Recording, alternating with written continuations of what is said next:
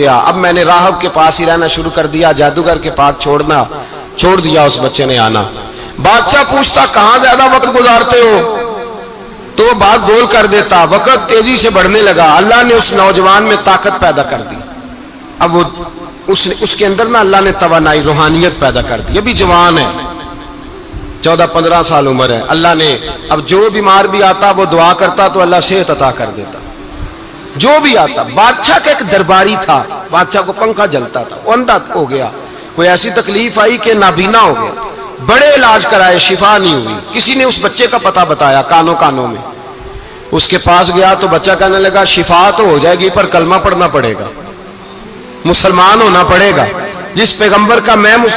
غلام ہوں تجھے بھی بننا پڑے گا، دین پہ عمل کرنا پڑے گا، اللہ شفا دیتا ہے۔ اس نے کہا تو مجھے کلمہ پڑھا، مجھے شفا دے، میں تیار ہوں۔ اس نے کہا شفا تو اللہ ہی دیتا ہے۔ اس نے اللہ تبارک و تعالیٰ کا ذکر کر کے دعا مانگی، یہ مسلم شریف میں حدیث ہے، طبرانی میں موجود ہے، اللہ نے اسے شفا دی، اس نے کلمہ پڑھنا شروع کر دیا۔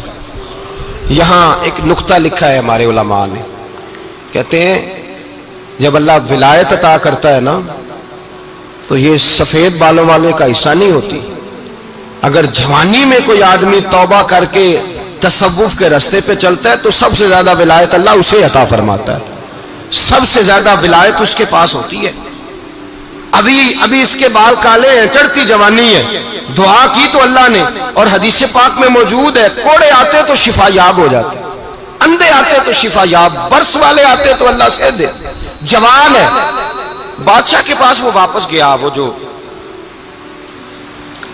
آدمی جس کی آنکھیں ٹھیک ہوئی تھی، بادشاہ نے پوچھا کہ کیسے شفا ملی، تو کہنے لگا میرے رب نے شفا دی ہے۔ بادشاہ سجدے کراتا تھا، اپنے آپ کو منواتا تھا، معاذ اللہ، کہنے لگا میرے علاوہ کون رب ہے، اس نے کہا وہی رب ہے جس